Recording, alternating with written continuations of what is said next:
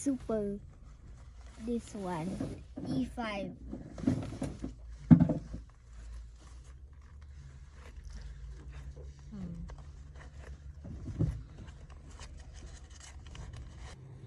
Nakatulog na ang baby. Sakto lang din. Oras na din talaga niyang matulog. So, ang oras ngayon ay it's already 1:11 na. Dapat kanina pa kami nakaalis. Pagas kami dito sa jet. Tapos after nito punta na kami ng Mannheim. Sunday ngayon, so maraming closed. Baka sa Donnersberg may snow. Kaya titingin kami. Magkano? 45 yan. Magkano lahat? 60. 60, okay. So, ito na yung receipt. Total is 60 euros 84 cents.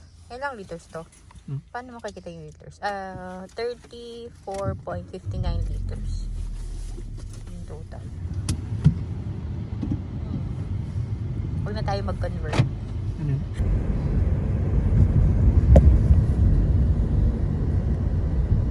Mga old buildings din dito eh. Pero ang ganda pa nila.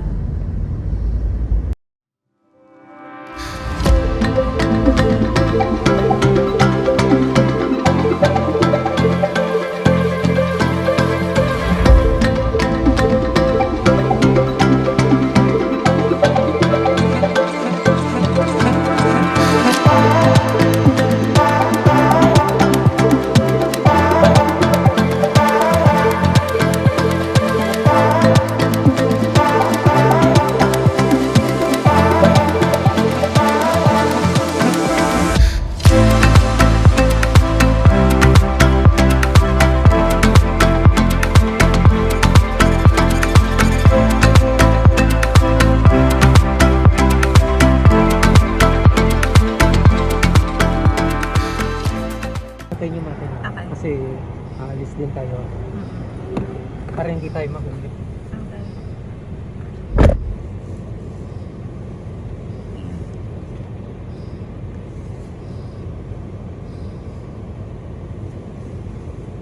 Ayan, punta si Daddy dun sa Car Ako. Car Ako. Yan niya kukunin yung C-test niya. Isa sa mga requirements din sa driver's license.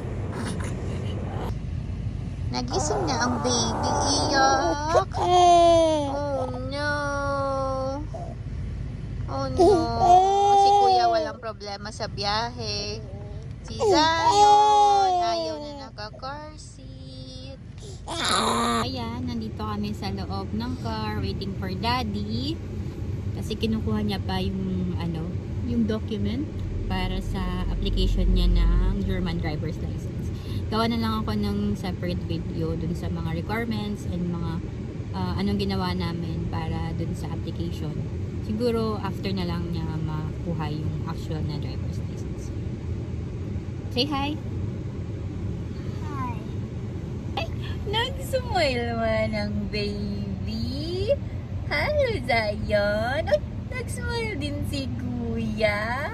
Antayin daw namin dumaan yung train. Ito yung train track. Ayun na, dadating na yung train. Ayan, yan lang yun. Strassenbahn. Parang street train yung direct translation. So now, pupunta na kami ng Donnersberg. Tingnan natin kung may snow. Sana hindi siya masyadong malamig. Mommy, we're talking about Donnersberg. Opo. We're not going there. We're going there. Cause We're just gonna stay in the car. We'll stay here and look at the snow. Okay? Deal? yeah. Okay. So, ayan. Ito na yung C-test ni Daddy. Pasado naman daw. So, yan ang bestanden.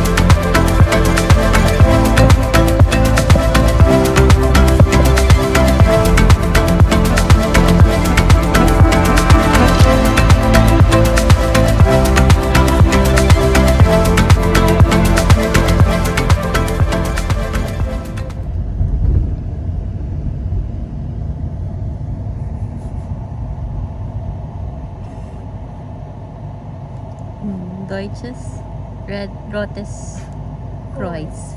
What does that mean? German Red Cross. Good job!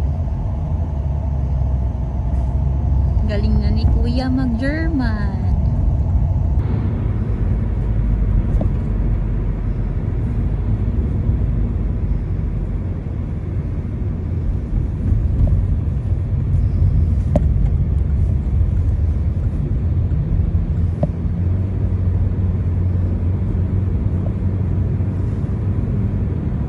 Yun ang snow yung nasa likuran natin. Yan. So, dito na tayo sa town. Town na to noong ng Donnersberg. Paakit na. Piling ko marami ding naghahanap ng snow. Ayan. So, paakyat na konti.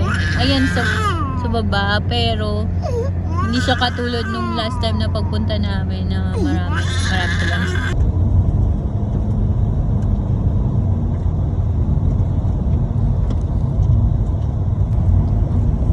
Oh, ang ganda ng mga puno.